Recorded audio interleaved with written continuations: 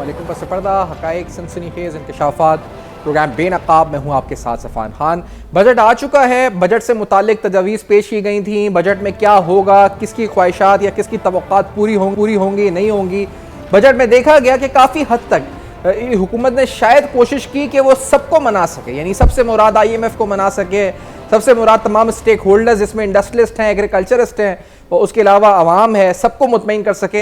लेकिन शायद इस कोशिश में हुकूमत कामयाब नहीं हो सकी। हम ये कह सकते हैं कि IMF सेटिस्फाई होगा या नहीं होगा, ये सवाल ताहाल बरकरार है। इसी तरह हमें यह भी नहीं पता कि आखिरकार क्या इस बजट से, और जो खासतौर पे चेंबर्स का मौक़िफ़ आया है तो इंडस्ट्रियलिस्ट भी इससे सेटिस्फाई नहीं है।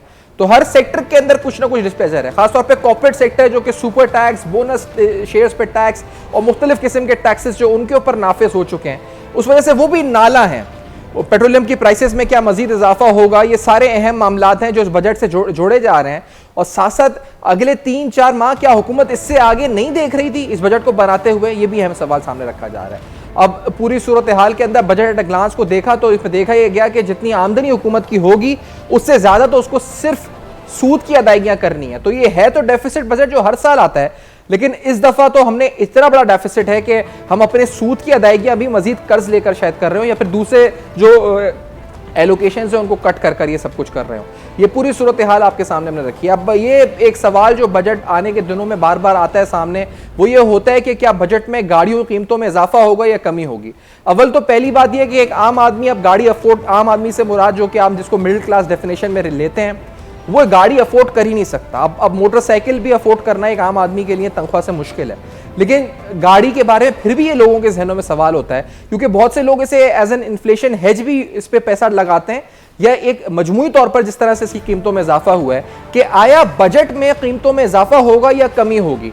खासतौर पे उन गाड़ियों की जो इंपोर्टेड होती हैं, लोकल मैन्युफैक्चर्ड तमाम गाड़ियों के हवाले से सवाल पूछा जाता है। जो फिगर्स हमारे सामने हैं, जो सेल्स की फिगर्स हैं, उनके मुताबिक जो ऑटो मैन्युफैक्चरिंग एसोसिएशन के अदाद शुमार है, 2023 के इब्तिदाई में गाड़ियों की फरोख्त में तकरीबन 60% कमी हुई है। साल 2023 में जनवरी से अप्रैल के अरसे में 20,182 गाड़ियाँ मैन्युफैक्चर हुई, 17 जो असेंबल हुई, 19,708 गाड़ियाँ फरोख्त हुई। गुज़िश्ता साल ये तादाद 77,772 थी, यानी 76,464 गाड़ियाँ फरोख्त हुई थी और टोटल 77,000 से ज़्यादा यहाँ पर असेंबल हुई थी। 1300 से ज़्यादा इंजन वाली गाड़ियों की मैन्युफैक्चरिंग में 58%, जबकि इनकी फ़रोख्त में 59% कमी आई। 1000 सीसी इंजन गाड़ियों की मैन्युफैक्चरिंग में 58%, जबकि इनकी फ़रोख्त में 59% कमी आई। 1000 सीसी से कम इंजन वाली गाड़ियों की मैन्युफैक्चरिंग में 61%, जबकि इनकी फरोख्त में 60% कमी आई। ट्रक की मैन्युफैक्चरिंग और फरोख्त में तकरीबन 60%, बसों की मैन्युफैक्चरिंग में 69% और जीप और पिकअप की मैन्युफैक्चरिंग में 63%, जबकि ट्रैक्टरों की मैन्युफैक्चरिंग में तकरीबन 55% कमी जो इनकी सेल्स है मुतवक्का जो सामने आई है। और मोटरसाइकिलों की मैन्युफैक्चरिंग और फरोख्त में तकरीबन 61% कमी वाक़ हुई है पिछले साल के मुकाबले में। तो ये तो आपकी इकॉनमी की फिगर्स हैं। अब ऐसी सूरत हाल में जब बजट सामने आया है तो लोगों की तवक्कात थी कि शायद इस बजट में कुछ ऐसा हो जिससे ये इंडस्ट्री रिवाइव हो सके। अब ख़ास तौर पे हमारी मुराद जो यूज्ड गाड़ियाँ लोग ख़रीदते हैं, जो मेन इस वक्त अगर कोई अफोर्ड कर भी पाता है तो क्या वो खरीद पाएंगे नहीं पाएंगे, क्या कीमतें बढ़ेंगी नहीं बढ़ेंगी, ये अहम सवाल उठाते हैं। हमारे साथ एशम शहजाद साहब स्टूडियो में मौजूद हैं, all Pakistan motor dealer association के चेयरमैन हैं। सर बहुत शुक्रिया आपने प्रोग्राम में ज्वाइन किया। सुनील मंद साहब माहिर हैं ऑटो सेक्टर के, प्रोग्राम में साथ मौजूद हैं। आपका बहुत शुक्रिया सुनील साहब प्रोग्राम में ज्वाइन किया। सुनील साहब ये फरमाएं कि क्या बजट से कीमतें कम होंगी, ज़्यादा होंगी तो कितनी होंगी, क्या अंदाजे हैं, क्या तखमीने हैं सुनील साहब? जी सर, बड़ी मेहरबानी, बहुत शुक्रिया। सबको सलाम अलैकुम, शहजाद साहब को भी, आपको भी। अच्छा, बजट के अंदर फॉर्चुनेटली और अनफॉर्चुनेटली ना तो लोकल गाड़ी की प्राइस बढ़ेगी ना कम होगी, बिकॉज उस सेक्टर को वैसे रखा गया है। यस, जो इम्पोर्टेड गाड़ियां हैं उनकी जो तरीका है वैल्यूएशन का, उसको थोड़ा रिवाइव कर दिया गया है, जिसके नतीजे में मेरा ख्याल है 1300 से 1800 सीसी वाली जो इम्पोर्टेड गाड़ी है उसके ऊपर थोड़ा सा जो ड्यूटी बिल है वो बढ़ जाएगा। सो इन एसेंस जो यूजर के लिए न्यूज़ है वो, क्योंकि यूजर लोकल गाड़ी भी लेता है, इम्पोर्टेड भी लेता है, और जब इम्पोर्टेड महंगी होती है तो जो लोकल वाली गाड़ी है उसकी भी प्राइस पे प्रेशर अपवर्ड पड़ जाता है। तो मेरा नहीं ख्याल कोई अच्छी न्यूज़ है यूजर्स के लिए। बजट में कोई रिलीफ नहीं है, इंडस्ट्री को रिवाइव करने के लिए कुछ नहीं है। खास तौर पे हमारे यहाँ पे इंडस्ट्री के साथ जो अभी तक हो रहा है पिछले 1-1.5 साल से, वो नॉन बजटरी मेजर्स हैं जो SRO कल्चर या स्टेट बैंक की इंटरवेंशन के थ्रू किया जाता है, जिसकी वजह से आप देख रहे हैं CKD किट्स नहीं आ रही, कई कंपनियां ऐसी हैं जो कि बंद पड़ी हैं, कोई 10 दिन के लिए बंद होती है, कोई 15 दिन के लिए, और ये इंडस्ट्री जो है एक बहाली का शिकार है, बट वो बजट से उसका कुछ ताल्लुक नहीं है।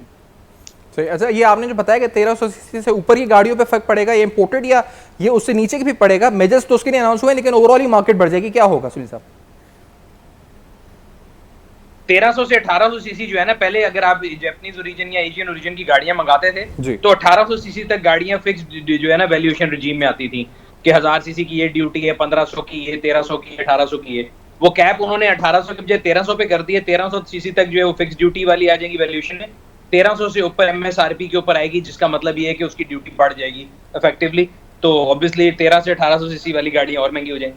सही, और फिर उसका इम्पैक्ट आप कह रहे हैं कि लोकल गाड़ियां जो है उन पर भी आएगा और ओवरऑल मार्केट जो है बढ़ जाएगी। और ये कितने जल्दी रिफ्लेक्ट होना शुरू हो जाएगा ये, यानी आफ्टर 1 जुलाई जैसी फाइनेंस बिल मंजूर होगा फौरी इम्पैक्ट आना है इन तमाम चीजों पर? ये कितने टाइम के अंदर ही आता है इम्पैक्ट ट्रांसलेट होगा?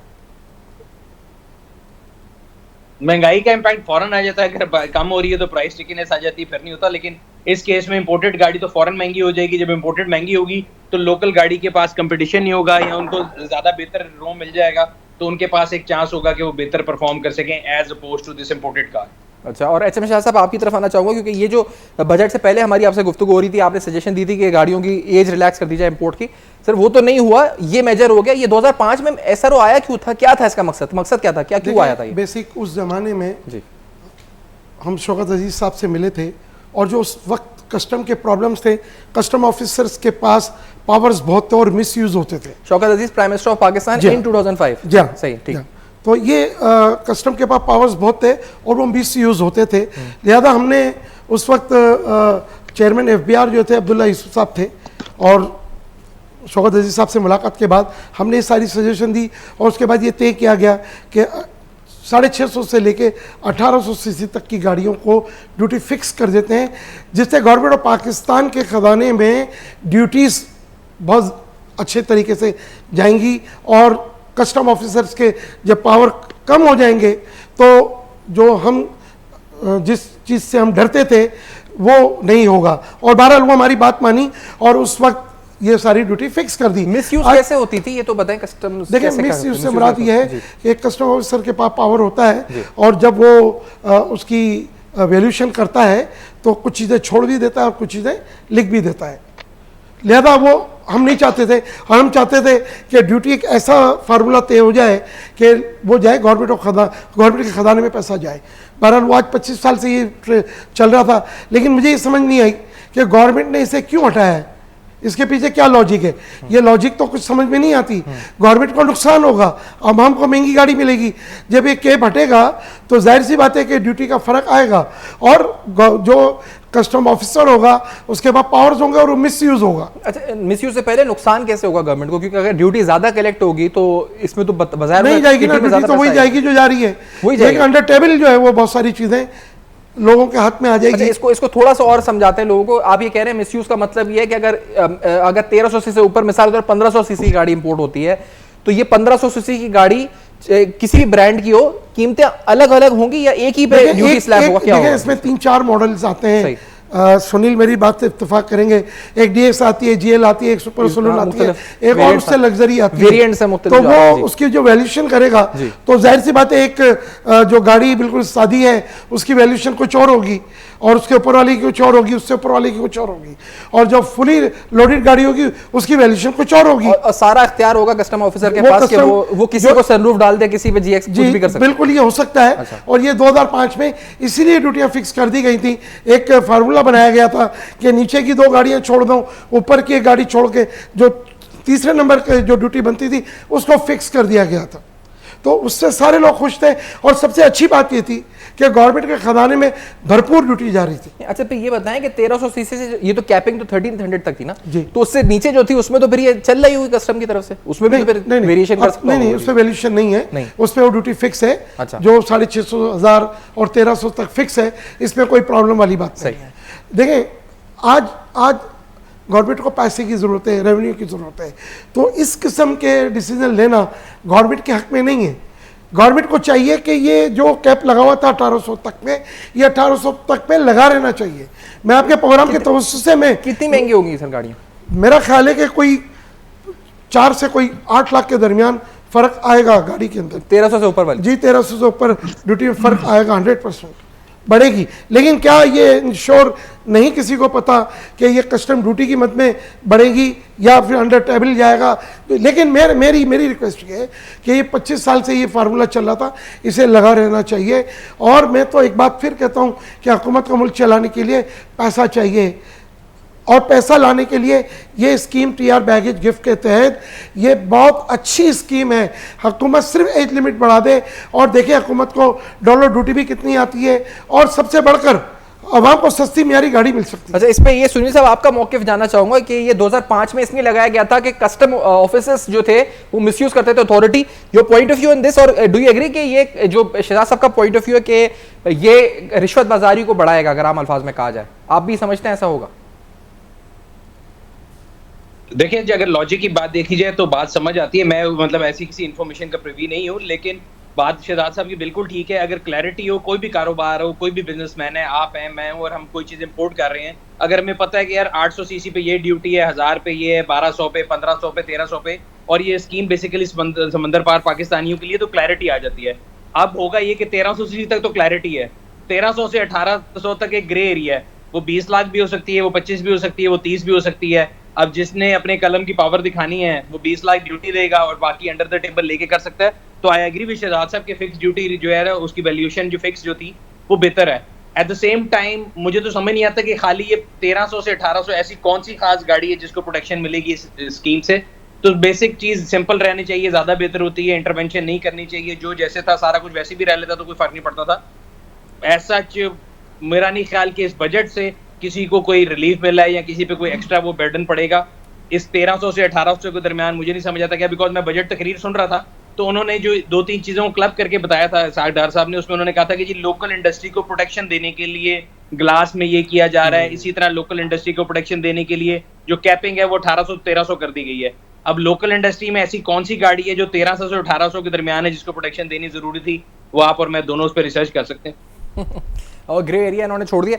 तो ये आप भी समझते हैं जो इन्होंने कहा 4 से 8 लाख का फिगर दिया है, तो इतना ही इजाफा आप समझते हैं इतना होगा सुनील साहब?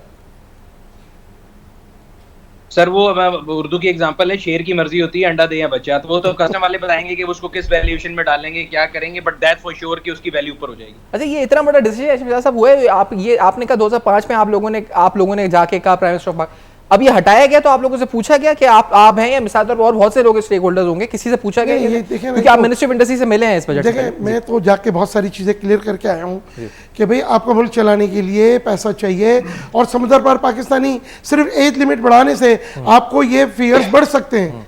लेकिन जाहिर है हुकूमत के जहन में क्या है, इसके पीछे क्या लॉजिक है, ये समझ से बाहर है। हुकूमत को चाहिए था अगर ये डिसीजन ले भी रहे हैं तो हुकूमत हमें बुला के बात करती, तो हम उनको समझाते कि भाई ये आपके मफाद में नहीं है, गवर्नमेंट के मफाद में नहीं है। तो अब वो कहते हैं उनकी मर्जी है, अंडा दे बच्चा दे, जो करे बस बहुत सारी चीजें हैं, बहुत सारी। तो ये कीमत ये बड़ा खदशा है कि आगे भी और भी ज्यादा आगे जा सकती है। एक ब्रेक के पास आते हैं बजट के ऊपर कि बजट का ऑटो सेक्टर पर क्या इंपैक्ट है। आफ्टर दिस ब्रेक हमारे साथ रहेगा बेनकाब।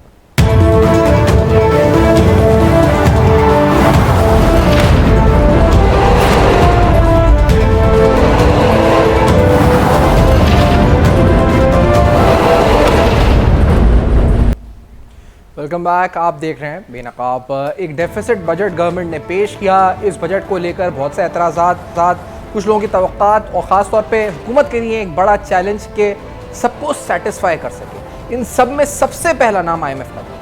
लेकिन अब सवाल ये उठ रहे हैं कि क्या IMF भी इस बजट से सेटिस्फाई होगा या नहीं होगा। वो नवा रिव्यू जिसके बारे में हमें कहा गया था कि कौम से अपील है कि दुआ करें कंप्लीट हो जाए, हमने सब कुछ कर दिया है पूरा, अब बजट उसके फ्रेमवर्क के मुताबिक देना है और जून के अंदर यानी इसी माह में हम कोई खुशखबरी उस हवाले से सुन सकेंगे।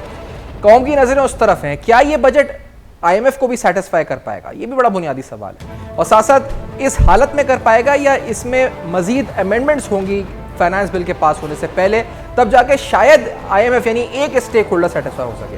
लेकिन जो आज हम बात कर रहे हैं जिस इंपॉर्टेंट सेक्टर की, ये है ऑटो सेक्टर, जो मुसलसल सवाल पजीर कुछ माह से, कुछ साल से नजर आता है। कुछ मेजर्स ऐसे जो कि अनाउंस्ड और कुछ मेजर्स ऐसे जो कि अनअनाउंस्ड हैं, जैसे मिसाल के तौर पे इंपोर्ट रिस्ट्रिक्शंस, जिनकी वजह से इस सेक्टर को भी काफ़ी नुकसान पहुंचा है। सुनील साहब आपसे पूछना चाहिए, क्योंकि क्या रिवाइवल कोई चांस नज़र आता है आपको ख़ास तौर पे इस ऑटो सेक्टर के हवाले से?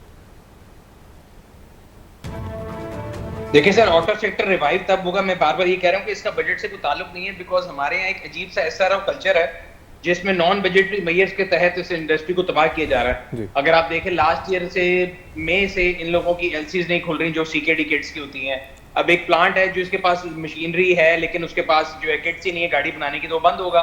और ये सिर्फ ऑटो इंडस्ट्री के साथ नहीं है, अगर आप मोबाइल फोन की इंडस्ट्री देखिए उनके साथ भी हुआ है। तो मेरी गवर्नमेंट से ये रिक्वेस्ट होती है कि कोई इंडस्ट्री जो है ना, जो एक दफा सिक यूनिट बन जाता है उसको रिवाइव करने में आपकी डबल एफर्ट लगती है। खास तौर पे ऑटो इंडस्ट्री की अगर आप कैलकुलेशन करें तो for every car produced I think there have more than 5 jobs created. एक बंदा गाड़ी लेता है, वो रिपेयर कराता है, वो शोरूम पे बिकती है, शोरूम पे काम करने वाले लोग होते हैं, रिपेयर का काम चलता है, टायर का काम चलता है, पूरी रिलेटेड इंडस्ट्री है।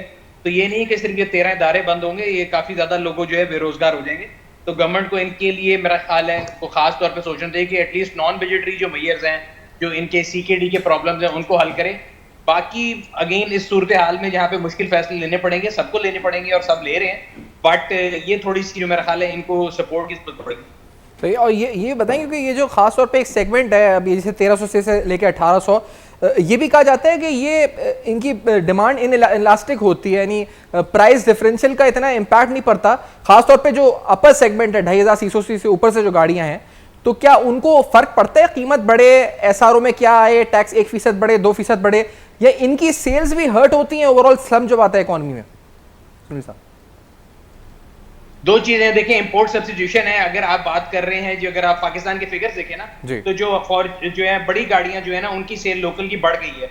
उसकी रीजन ये नहीं है कि लोगों की डिमांड बढ़ती, हुआ ये कि इंपोर्टेड गाड़ी जो है वो इंपोर्ट सब्स्टिट्यूशन हो रही है।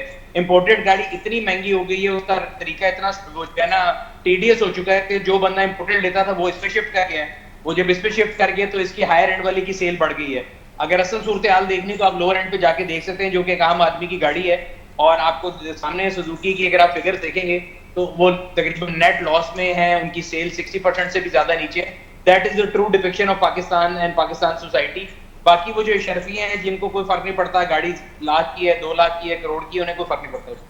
सही। अच्छा, अब ये भी है कि जो शाह साहब के आपने जैसा कहा कि आपने जो दिया था प्रपोजल, उस प्रपोजल में आपने ये भी लिखा हुआ था, जो APDMA का जो मैं आपका पढ़ रहा था, all Pakistan motor dealer association का, तो उसमें आपने लिखा था कि अगर ये एज रिलैक्सेशन दी जाती है तो आप बैलेंस ऑफ पेमेंट पे ऑयल इंपोर्ट बिल को कम कर सकेंगे।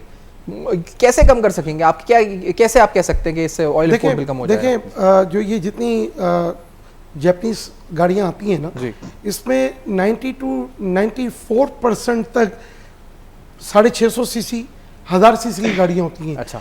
5 से 6% गाड़ियाँ होती हैं जो ऊपर की होती हैं। तो इनका जो पेट्रोल एवरेज है गाड़ी का वो बहुत शानदार है, और ना सिर्फ यही रोड सेफ्टी स्टैंडर्ड भी इसका बहुत अच्छा है।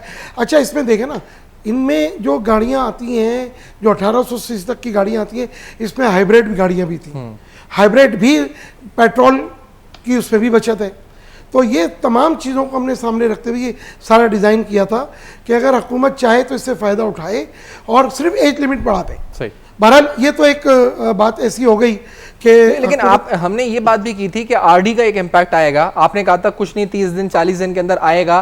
सुनील मन साहब भी थे, उनका अपना पॉइंट ऑफ व्यू था, आपका ये था कि आएगा कीमतों पे फर्क।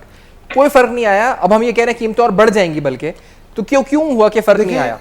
जब ये RD दली थी तो उस वक्त एग्जिट मुझे याद पड़ता है 202-204 का डॉलर था। आज डॉलर तकरीबन 288 और 290 के करीब है। तो ये जो डिफरेंस है ना, ये गाड़ी परचेस के वक्त आता है।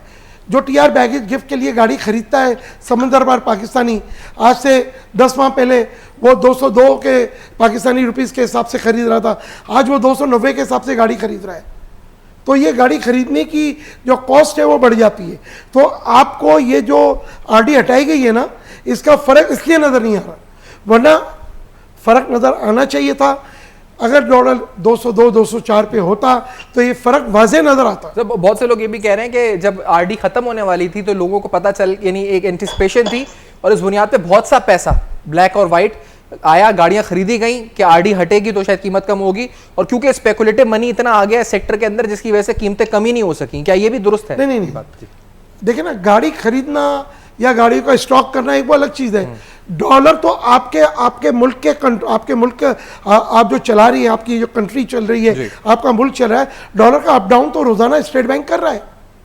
उससे तो उसका कोई वास्ता नहीं।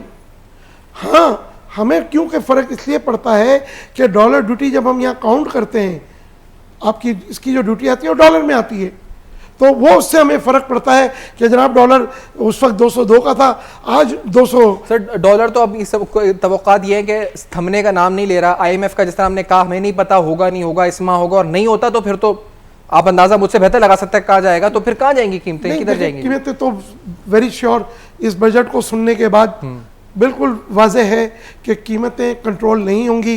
सिर्फ गाड़ियों की नहीं, किसी चीज़ की भी आप ले लें। ये 1300 से नीचे वालों की भी कंट्रोल नहीं होंगी। ये देखिए 1300 के नीचे तो हम ये कह सकते हैं कि क्योंकि उनकी ड्यूटी फिक्स है ना, तो वो परचेस के अंदर अप डाउन डॉलर का ज़रूर आएगा। डॉलर पर जाएगा तो वो जो परचेस कर रहा होगा गाड़ी वहाँ से, उसको फ़र्क ज़रूर आएगा। तो ये अपनी जगह है, लेकिन अगर हुकूमत चाहे तो कुछ अच्छे स्टेप ले ले, दोबारा स्टेक होल्डर्स को बिठाए। बजट दे दिया अपनी जगह है, लेकिन इस वक्त जो लोगों की तवक्कात हैं, आप तवक्कात को पूरा नहीं कर रहे। लोगों को बिठाएं, दोबारा बिठाएं, और खुदारा कुछ कर सकते हैं तो करें। इस वक्त बहुत तकलीफ में है आवाम, बहुत तकलीफ में बिजनेसमैन है, हर सब्जेक्ट का आदमी, हर इंडस्ट्री का आदमी, एक आम आदमी परेशान है कि क्या होगा। फर्ज करें अगर IMF नहीं मानती तो क्या हम ये समझ लें क्या डॉलर 400 का हो जाएगा? अल्लाह स्पेकुलेटिव है तो, लेकिन ये कि ये जो आपकी मार्केट, आप जैसा कह रहे हैं, ये सुनिए भी कह रहे थे कि एक गाड़ी बिकती है तो एक रिपेयर मैकेनिक, शोरूम, नौकरियां। नहीं देखें यहाँ थोड़ा सा नहीं, मैं थोड़ा यहाँ से सुनील की बातों से मैं हमेशा इत्तेफाक करता हूँ। यहाँ देखें हमारी नाइलाई की क्या है लोकल इंडस्ट्री की, आज 40 साल सुजुकी को हो गए, आज टोयोटा और होंडा को 35 साल हो गए। अच्छा सर, हम अभी तक मैन्युफैक्चर नहीं, उन मौके हो तो बेहतर उनके नाम। देखिए ना, लोकलाइजेशन नहीं है, सफान लोकलाइजेशन नहीं है। हमारी लोकलाइजेशन होनी चाहिए। पिछली बातों को मैं भी भूलता हूँ, आप भी भूलें, आए लोकलाइजेशन की तरफ। लेकिन मजमूई तौर पर मैं कह रहा हूँ कि जब कोई पुरानी गाड़ी बिकती है आपकी इंपोर्टेड वाली भी, तो भी आपका शोरूम मुतासर होता है, मैकेनिक मुतासर होता है, उनकी अगर सेल गिरती है तो क्या फर्क पड़ता है? बड़ा फर्क पड़ता है। लोग इस टाइम बहुत ज्यादा टेंशन में पड़ता है ना, कुछ समझ नहीं आ रही कि क्या हो रहा है। क्या गवर्नमेंट सिर्फ लोगों का कान और दिल खुश करने के लिए सारा बजट दिया है उन्होंने? एक बड़ा इंटरेस्टिंग नंबर है, सुनिए कि ये जो पेट्रोलियम, जो हमने ओवरऑल इकोनॉमी में स्लम्प आया, पेट्रोलियम पे टैक्सेस लगे, इससे क्या हुआ कि पेट्रोल कंजम्पशन कम हुई, डीजल कंजम्पशन कम हुई, तो उल्टा जो टारगेट्स थे गवर्नमेंट के on PDL and other things जो पेट्रोलियम मसनूआत पर था, वो गवर्नमेंट अचीव नहीं कर सकी ड्यू टू लो सेल्स। अब अगर हम ये ड्यूटी इस तरह से कर देते, जो फिक्स्ड हमने हटाकर अब हमने उसको एक तरह से वेरिएबल कर दिया कि आप कोई भी कस्टम ड्यूटी ऑफिसर जितनी लगा सकता है, तो क्या इससे नेशनल किटी पे उल्टा और नुकसान होगा? What is your word on this? या कोई फायदा होगा हुकूमत को in terms of tax revenue? अच्छा, मुझे लगता है कि अभी जो डॉलर की बात हो रही थी, somehow I am quite positive in a sense. मुझे लगता है कि डॉलर की जो प्राइस है स्पेक्युलेटिवली हाई थी, उस पे गवर्नमेंट ने काफी एक्शन लिए हैं और अब ये कंट्रोल में आएगी, which I know of some ground realities which are happening around us. तो मुझे लगता है कि डॉलर जो है कंट्रोल में आएगा। जब डॉलर कंट्रोल में आएगा तो इंपोर्टेड गाड़ी, लोकल गाड़ी, सबकी वैल्यू थोड़ी कंट्रोल में आ जाएगी, which is a good news. Having said that, yes, government अगर कई जगह ऐसे टैक्स लगाती है जैसे पेट्रोल की प्राइस। सुनील साहब एक चीज बताएं, क्योंकि मुझे पता है आप बात करते हैं तो बहुत इस पर वेरीफाइड सोर्सेज से आपने करके फिर बात कर रहे होंगे। एक तो ये है कि एक बज है कि इलेक्शन से पहले ये इतना सस्ता हो जाएगा, ये इतना सस्ता हो जाएगा, जो ज्यादा र्यूमर्स हैं जिसकी कोई बेस नहीं है। लेकिन जब आप कह रहे हैं कि आपको लग रहा है कि समथिंग इज गोइंग ऑन और उससे आपको लगता है कि डॉलर नीचे आएगा, तो ये आपकी, कैन यू एलैबोरेट दिस कि किस तरह होगा, क्या होगा और कितना होगा ऑन दिस पॉइंट? सुनील साहब। बिल्कुल मैं बिल्कुल इन एयर बात नहीं कर रहा, आपको एग्जैक्ट इंफॉर्मेशन के साथ बता रहा हूं, बिकॉज़ देखिए हमारे भी दोस्त बैंकर हैं, हमें भी पता है थोड़ा बहुत इकोनॉमिक्स का। जो डॉलर की जो एग्जैक्ट वैल्यू है वो तकरीबन जो इंटरबैंक वैल्यू है 284 285 उसके इर्द गिर्द है। पिछले दिनों ये स्पेकुलेटिव रीजन की वजह से 316 पे भी गया, फिर आपने देखा होगा एक दिन में 24 रुपए नीचे भी आया। तो जब आपके यहाँ पे इंस्टेबिलिटी होती है, क्लैरिटी नहीं होती चीजों की, तो इस तरह के जो प्लेयर्स हैं वो मार्केट में आते हैं जो कि इनसिक्योरिटी और उसकी वजह से इंस्टेबिलिटी लेके आते हैं। But right now I think जिस तरह की सूरत हाल चल रही है, आई थिंक एक हफ्ते से मैं उसको वॉच कर रहा हूँ तो बड़ा स्टेबल है और मुझे ये लगता है कि आने वाले दिनों में भी स्टेबल होगा। The more stable it is the more better it is. सही, एक तो होगा मोर स्टेबल और एक है कि इसमें कमी आएगी, क्योंकि फाइनेंस मिनिस्टर तो कहते हैं और ब्लूमबर्ग कोट करता है अराउंड 240 कमी देखें ना, 285 रुपए का जो रेट है जी सुनील, आज डॉलर बढ़ गया है, मेरे ख्याल से वो उस पे रहेगा ओपन मार्केट ऊपर। सुनील भाई आज रेट 2 रुपए बढ़ गए, 287 और उसके भी ऊपर चला गया, 287 50 पैसे पे आज इंटरबैंक में काम हो रहे हैं। जी जी जी, बट मैं ये कह रहा हूँ कि मुझे ये लगता है कि मेरी एक रीडिंग है, अच्छा, हो सकता है आपकी may be wrong, but I think so कि आने वाले इस महीने के अंदर अंदर आपका जो डॉलर का रेट है ये डाउनवर्ड या इसे स्टेबल रहेगा, जो बार बार ग्राफ ऊपर नीचे हो रहा था वो नहीं होगा, which is good. Stability is good for any business. सही, ठीक है। और आपको टैक्स के बारे में आप कह रहे थे कि क्या फर्क पड़ेगा जो टैक्स गवर्नमेंट कलेक्ट करती है? टैक्स रेवेन्यू देखिए, अगर तो लोगों की रीच से बाहर गाड़ी हो जाएगी तो टैक्स रेवेन्यू कम होगा। अगर आप टोटल नंबर ऑफ कार्स देख लें सोल्ड, पिछले साल बिकी थी 2 लाख समथिंग, इस साल 1,30,000 है, और auto industry being everything black and white में है, कोई चीज चोरी नहीं होती, तो ऑब्वियसली टैक्स रेवेन्यू नीचे गया है। बट अभी अगर गाड़ियों की प्राइसेस नीचे नहीं होती है और लोगों की रीच में नहीं आती तो फिर भी जो सेल है कम होगी और गवर्नमेंट का टैक्स रेवेन्यू कम होगा, जैसे कि आपने पेट्रोल में भी बताया कम हुआ है, गाड़ियों में भी कम होगा। कुछ कहना चाह रहे हैं? हाँ, मैं ये कहना चाह रहा हूँ, देखिए ना, प्राइसेस आप बढ़ाई जा रहे हैं, गाड़ी आप दे नहीं रहे, सही। आप बुकिंग लिए जा रहे हैं, लोगों का पैसा अपने पास आप रख रहे हैं, तो समझ में नहीं आ रहा कि एक तरफ आपके पास सीकेडी एसकेडी इंपोर्ट की इजाज़त नहीं है, दूसरी तरफ प्राइस भी बढ़ा रहे हैं और फिर आपने बुकिंग खोली हुई है ना, ये सबसे बड़ा सवालिया निशान है। ऐसा नहीं करना चाहिए। जब आपके पास गाड़ी देने के लिए नहीं है आप बुकिंग को स्टॉप करें, और जब आपकी सीकेडी एसकेडी इंपोर्ट हो उसके रेट आप उस वक्त खोलें। ठीक है, ये एक पैनिक फैली हुई है। टाइम से इख्तिताम पे पहुंचा, मैं बहुत शुक्रिया करूंगा आपका प्रोग्राम में आपने ज्वाइन किया, और बहुत शुक्रिया अपने प्रोग्राम में ज्वाइन किया। सिर्फ समराइज करने इस गुफ्तगू को हम आएंगे इन द नेक्स्ट सेगमेंट। मेहमानों का शुक्रिया अदा करते हुए देखते रहिएगा, तक ब्रेक के बाद वापस आते हैं।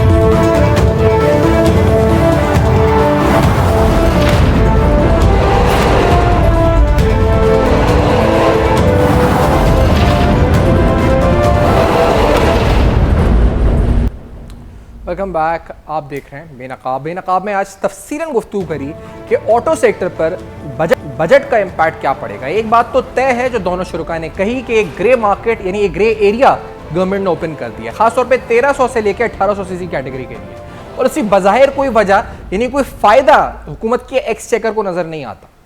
हाँ, इसका नुकसान जरूर नजर आता है। कस्टम ऑफिसर्स को ज्यादा अथॉरिटी या उनकी जानिब से मुबैना तौर पर मिसयूज ऑफ अथॉरिटी के बाद शायद नेशनल किटी को तो फायदा ना हो लेकिन कुछ और लोगों को फायदा हो। ये अहम तरीन इंकशाफ आज प्रोग्राम में हुआ। साथ साथ आपको ये भी बताया कि इस सूरत हाल के अंदर हुकूमत को करना क्या चाहिए, किस तरह से ये सेक्टर रिवाइवल या किस तरह से ये सेक्टर हुकूमत को उल्टा पैसा कमा के दे सकता है। एज रिलैक्सेशन के हवाले से भी सजेशन सामने आए, फीडबैक आप दे सकते हैं हमारे फेसबुक ईमेल जो आपके सामने फ्लैश कर रहे हैं। देखते रहिएगा, अब तक अपना बहुत ख्याल रखिए।